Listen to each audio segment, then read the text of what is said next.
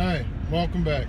Today I want to talk about the engine tick that you might be experiencing if you have a BMW with a straight six, mostly the E90 body style, the coupe, the wagon, so the whole E90 series. And there's a lot of information and different things people say about the tick, about forums and things like that. So I've been kind of doing some experimenting with it. And the tick on my car, if I drive it real short distances in cold weather, things like that, it makes that tick. But if I go on like a farther drive, or I run it hard, or anything like that, it goes away. And if you go on the forums or BMW's like service bulletin on it or whatever, you read about how it's air in the valve train system, like in the lifters, and they say you can replace the lifters or the whole head or whatever. There's a lot of different conflicting opinions.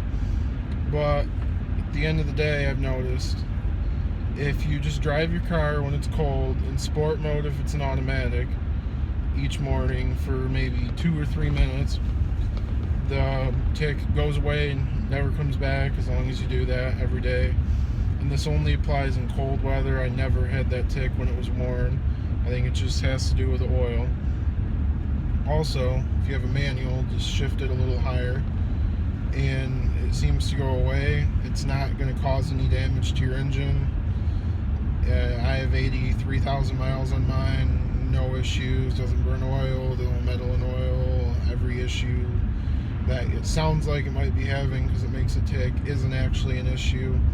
It's just a design issue. If you've ever listened to a Chevy truck, it does the same thing. A lot of other cars do the same thing.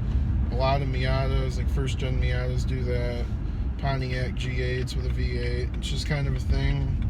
But there seems to be a lot of confusion about the BMWs on it. I don't know why. But like right now, I don't hear my car ticking or anything. And sometimes I just drive it hard or put it in sport mode when it's cold outside, not necessarily when the engine's cold and there's no tick. Like just kind of run it up, higher RPMs, and seems to be fine. And it shouldn't be an issue for you and shouldn't deter you from buying the car.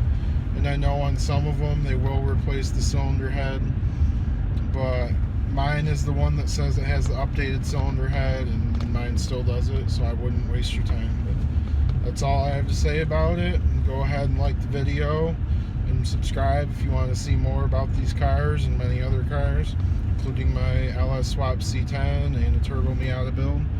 And that's all for now. Have a good day.